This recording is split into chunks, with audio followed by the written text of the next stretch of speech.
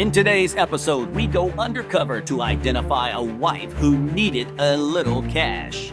Maybe she needed a lot of cash. Whether it was a little or a lot, she had her husband killed for a $100,000 insurance payout. But the story gets more interesting. They were only married for 4 months. Talk about until death do us part. And if you think the drama stops there, well, you don't know our show. She asked her daughter and her daughter's boyfriend to help. And they did. Real people, true story, uncovered.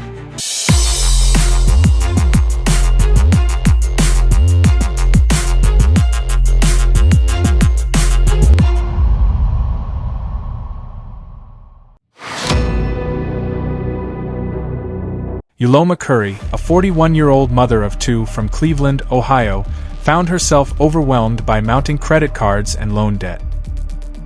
Those online sales, you might save a little money, but they will put you in debt every time. The constant barrage of bill collectors and the inability to make ends meet were taking a toll on her. Like many, she struggled with the pressure of trying to find a way out of her financial situation. Like the rapper 50 Cent would say, "Get rich or die trying." One day, she caught the attention of a man. A handsome man.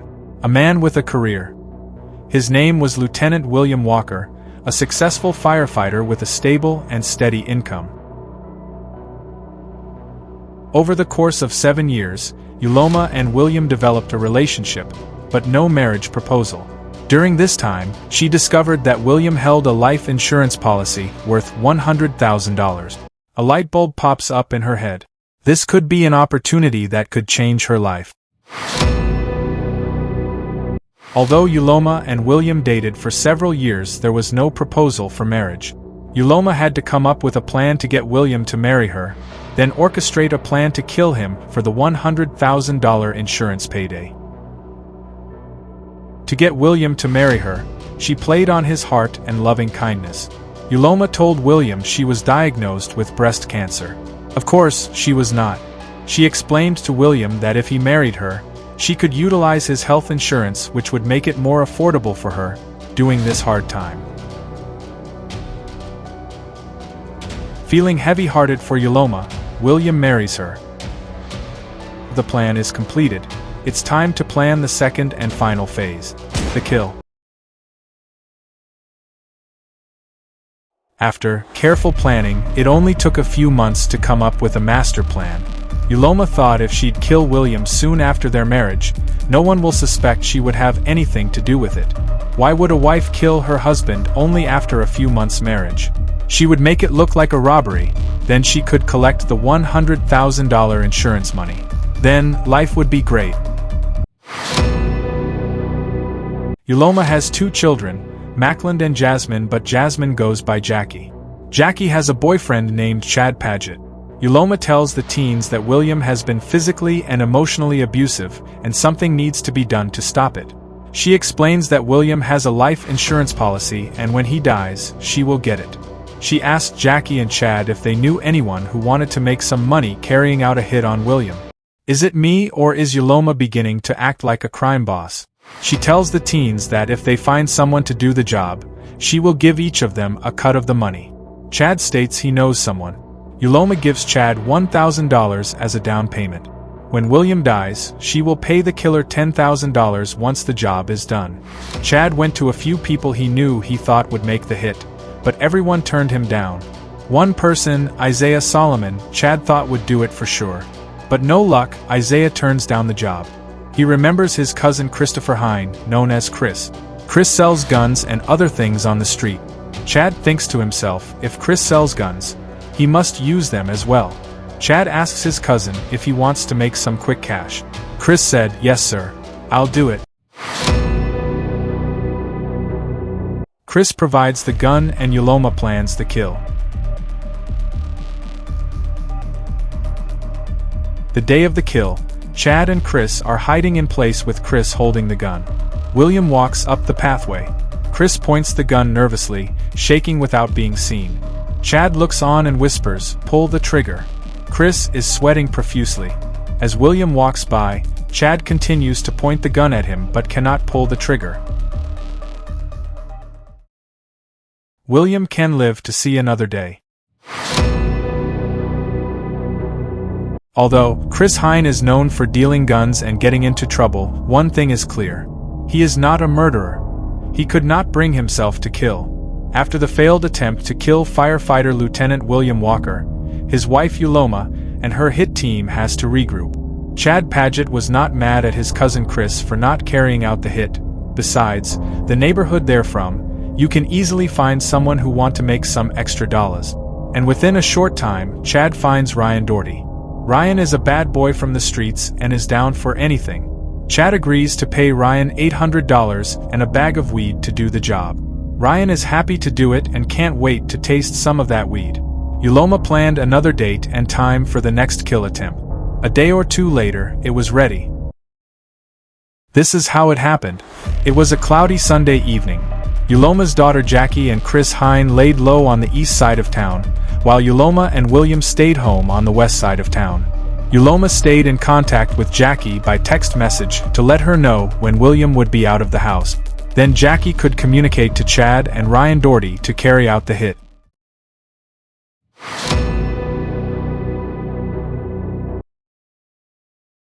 Late that evening, Yuloma tells William she is hungry, and she wants some McDonald's. William said no problem and put on his jacket, got into his car and headed to McDonald's no more than 2 miles up the street. Yuloma text message Jackie, he's gone. Jackie texts message Chad to get into place. Chad and Ryan have a friend drop them off at Yuloma's house. They tell their friend they are going to buy some drugs and to wait for them. The friend has no idea what Chad and Ryan are about to do. After Chad and Ryan waits a few minutes on side of the house, William returns from McDonald's and parks in the driveway and gets out. While William places the key into the side door entrance, Ryan surprises him and shoots him 4 times. The boys run back the car and jump in, telling their friend to go. The friend is caught off guard and surprised. He asked, "What happened? I heard gunfire." Chad said it's a drug deal gone bad. Go. The friend said, "No way. I can't be a part of this. Get out." Chad and Ryan exit the car and takes off running.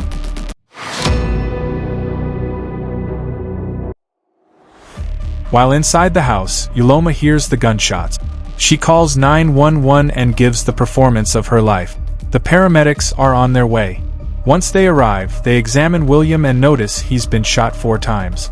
There are some firefighters on the scene as well. They are stunned to see their coworker and friend, Lieutenant William Walker, fighting for his life. In the meantime, Yuloma is putting on a good show for the people around her. She must sell the fact that she does not know what's happening. Yuloma gets into the ambulance with William, crying and moping, all the way to the hospital. What a performance! She could have definitely been an actor. Once at the hospital, the doctors go extra endings trying to save William's life. But, after hours of surgery, they must pronounce Lieutenant William Walker dead. The plan to kill Lieutenant William Walker for the insurance money was executed perfectly. All players involved in the murder communicated perfectly. Everyone was in right place at the right time. Timing was perfect and the mission was completed with no errors. As everyone involved laid low for a few months, it's time to claim the $100,000 life insurance policy. Yuloma Currywalker goes to the insurance office and finds that there is a big problem. This can't be. I don't believe what I'm seeing. Yuloma is in dismay, shock even. This can't be happening. After all that has happened, Yuloma Currywalker finds out she is not the policy beneficiary. William never changed his life insurance policy to her name. Why Yuloma thought she was the beneficiary is unknown. We do not know if William told Yuloma she was the beneficiary and intended to change it later, or if Yuloma just thought William changed it when they were married. In either case, Yuloma had her husband murdered for nothing. William's life insurance policy was in William's daughter's name from his previous marriage.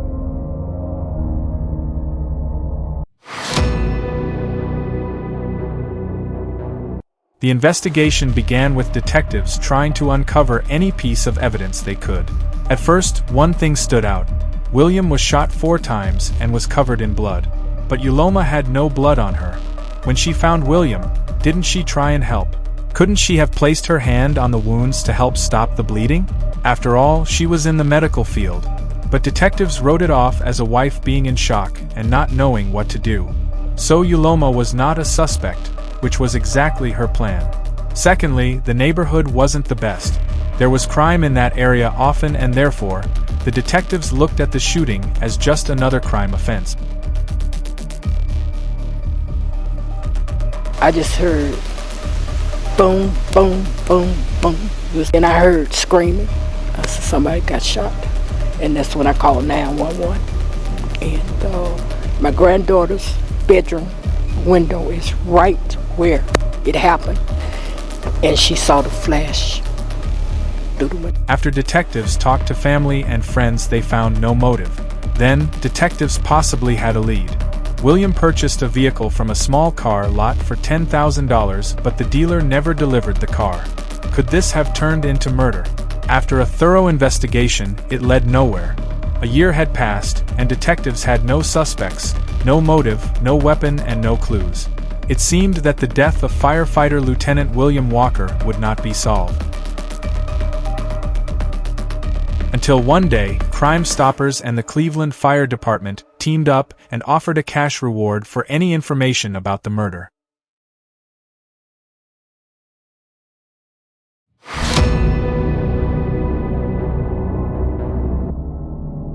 Crime doesn't pay, but a cash reward does. After hearing about the reward, a guy by the name Enrique Ramos comes forward. Enrique tells police that his friend Isaiah Solomon was approached by a guy named Chad Paget and asked Isaiah to take out a hit on William Walker. Police immediately tracked down Isaiah Solomon. Isaiah confirms Chad asked him to take out the hit on William for his girlfriend's mother. He refused to do it, but clearly someone else said yes. This was the big break the police were looking for. Chad Paget was tracked down and brought into the investigation room. With little interrogation, the 21-year-old Chad Paget started singing. Yep, in the hood, Chad would have been a snitch. He confessed and told the entire story, how Yuloma planned the entire murder for the insurance money. It was the break the police needed. Now, all they had to do was put the pieces together. First, the police got a subpoena to search Chad's mobile phone. Then, they got phone records of the other defendants. Wife Yuloma Curry Walker, daughter Jackie Curry, gun provider Chris Hine, and lastly, the killer Ryan Doherty. By going through the text messages, the police found all the missing pieces they needed. All the text messages lined up exactly to the timetable of the murder. But they still do not have a motive, until detectives researched Yuloma's finances, and boom, there it is. The motive to kill her husband. Yuloma was in debt and needed some cash. The last piece of evidence that would put the case to rest was a text message from Chad Paget to Yuloma after the murder saying, "We have a body." In the end, no one got paid and no insurance money was collected. Everyone involved took a plea deal except Yuloma.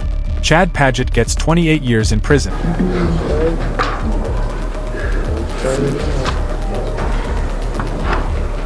Mr. Paget is demanding examination with respect to bond. Mr. Paget works doing catering for the art museum. Need a date, Mr. Prosecutor? So he's demanding, I think, a really August 17th, 2015 on demand date. Chris Hines gets 18 years.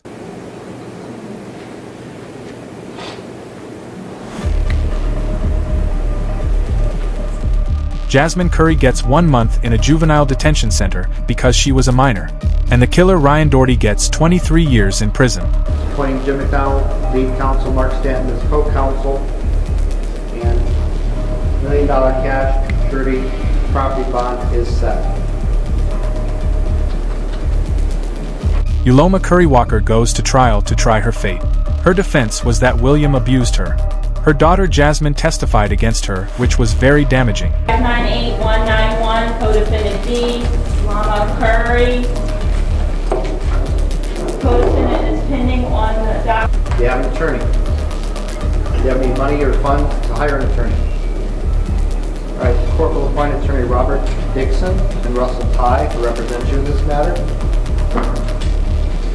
Ma'am, having received and reviewed a copy of the indictment, do you wish to waive the 24-hour notice, reading in open court, and do you wish to enter a not guilty plea? Not guilty plea is accepted. Your assigned judge will be Ronald Suster, a visiting judge. He will set a pretrial for you in this matter. Bond is set $1 million cash surety property. Thank you.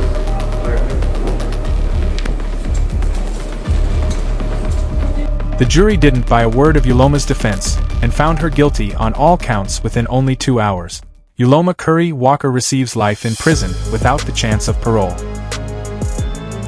So, what did Uloma Curry teach us? First, get a job and budget your money. That would have been a lot better than spending the rest of your life in prison. And most importantly, if you're going to kill somebody for the insurance money, make sure you are the beneficiary. If you thought that was a wild story, you're not going to believe this next one.